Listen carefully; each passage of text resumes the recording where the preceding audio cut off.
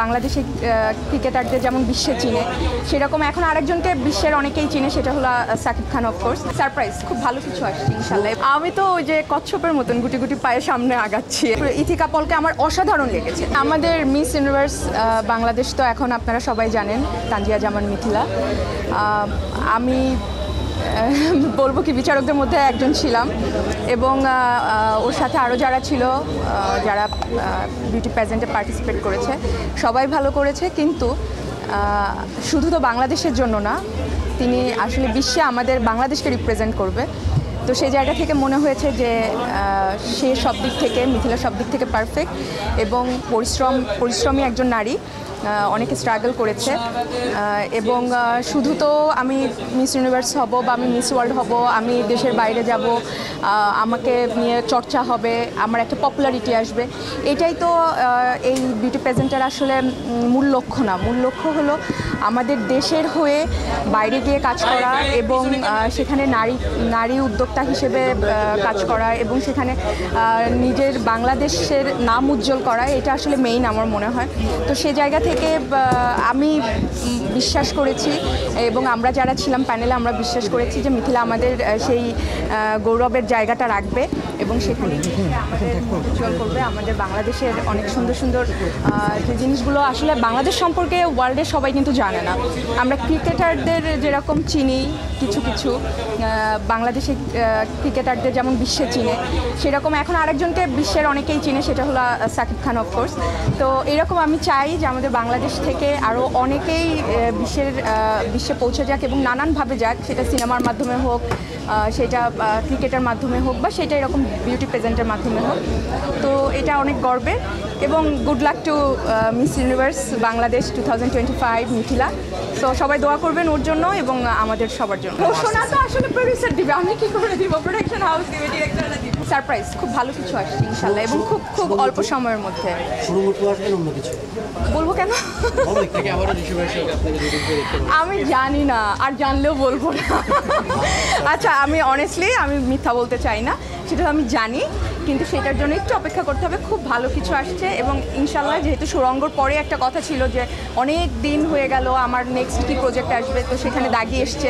আপনারা আমাকে অনেক ভালোবাসা দিয়েছেন, দর্শকরা আমাকে অনেক ভালোবাসা দিয়েছে, এবং আমি চাই দাগির পরে যেটা আসবে সেটা যেন আরও ভালোবাসা পায়, এবং আপনারা যেন আরও পছন্দ করেন সেই ছবিটি, সেই ফিল্মটি। তো আমার মনে হয় সেরকমই একটা ছবি আমি পছন্দ করেছি, আমার লিস্টে নিয়ে এসেছি, এবং খুব শীঘ্রই আপনারা জানতে পারবেন। অঞ্জন দত্তের সিরিজটার খবর এইটা আসলে আমি বলতে পারছি না, কারণ আমার শুটিং শেষ, আমার ডাবিং শেষ, পুরো প্রজেক্ট কমপ্লিট। এখন সেটা বলতে পারবে আসলে বিঞ্জ প্ল্যাটফর্ম বলতে পারবে যে ওরা কবে এটা আপনাদের কাছে পৌঁছে দেবে। আমি তো ওই যে কচ্ছপের মতন গুটি গুটি পায়ে সামনে আগাচ্ছি, এখন দেখা যাক কী হয়। এই অনেক দূর যেতে চাই, অনেক ভালো ভালো কাজ করতে চাই। আমার একটাই ইচ্ছা যে হয়তো অনেক বছর পরে কাজ নাও করা হতে পারে, নানান কারণে না হতে পারে, সেটা শারীরিক হতে পারে, যে অসুস্থতার কারণে কাজ করতে পারছি না, বা যে ধরনের কাজ চাচ্ছি সেই ধরনের কাজ পাচ্ছি না। ইন্ডাস্ট্রিতে হয়তো নতুন আরও সুন্দর সুন্দর মুখ চলে এসছে যারা আরও ভালো কাজ করছে, এবং নানান কারণে হয়তো কাজ কমে যেতে পারে, বা হয়তো পরিবার শুরু করতে পারি সেই কারণে কাজ কমে যেতে পারে। তো তখনও যেন এখন যেমন দর্শক আমাকে ভালোবাসছে, আমার কাজ দেখে প্রশংসা করছে, ডিফারেন্ট ক্যারেক্টার করতে পারছি, এখন যেন আরও এরকম ডিফারেন্ট ক্যারেক্টার করতে পারি, এবং সেগুলো কাজ যেন বেঁচে থাকে, সেই কাজ দিয়েই যেন মানুষ আমাকে মনে রাখে। আমি একটা জিনিস বিশ্বাস করি, শুধু সৌন্দর্য দিয়ে ফিল্ম ইন্ডাস্ট্রিতে টিকে থাকা যায় না।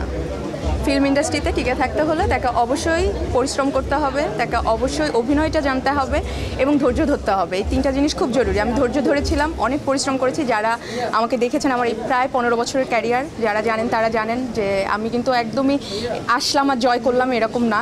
এখনও আমি জয় করতে পারিনি, কিন্তু আমি এখন চেষ্টা করছি আমাকে ভেঙে আরও যেন সুন্দর সুন্দর কাজ আমি দর্শককে দিতে পারি। তো সেই জায়গা থেকে আমার চেষ্টা সেই চেষ্টাটাই আমি করছি। তো আমার মনে হয় যে এটা অনেক সহজ কোনো পথ না, এটা খুব কঠিন একটা পথ। ধৈর্য যারা ধরে একদম এইভাবে আটকে ধরে রাখতে পেরেছে, এবং প্রচুর ভালোবাসা থাকতে হবে, প্রচুর পরিশ্রম করতে হবে। যারা করেছে তারা টিকে গিয়েছে, এবং যারা করবে তারা টিকে যাবে। আর বাইরের আর দেশের এরকম আমি ভেদাভেদ চাই না যে দেশীয় হিরোইনই হতে হবে বা বাইরের কোনো হিরোইন কাজ করতে পারবে না। আমার কাছে যেমন প্রিয়তমার ইথিকা পলকে আমার অসাধারণ লেগেছে, এবং তারপরে তো বরবাদ, ও মাই গড কি অসাধারণ তার অভিনয়। তো আমার কাছে তো আমি ওই ক্যারেক্টারে আর কাউকে ভাবতে পারিনি, আমার কাছে ও তাকেই মনে হয়েছে অনেক ভালো। তো এরকম আমি আমি যেটা সুরঙ্গ করেছি আমার কাছে মনে হচ্ছে আমি ভালো করেছি, দাগিতে আমার মনে হচ্ছে আমি ভালো করেছি। তো এরকম যেই চরিত্রে যে আসলে মানানসই তাকেই কাস্টিং করা হয়, তাকেই হয়তো কাস্টিং করা হবে। হ্যাঁ, তারপরও আমি চাইবো যে আমাদের বাংলাদেশে অনেক সুন্দরী সুন্দরী এবং গুণবতী রূপবতী অনেক হিরোইন আছেন, অনেক অভিনেত্রী আছেন, তারা যেন কাজের সুযোগটা একটু বেশি পায়। দেশে দেশে সবার সাথে দ্য নিউজ।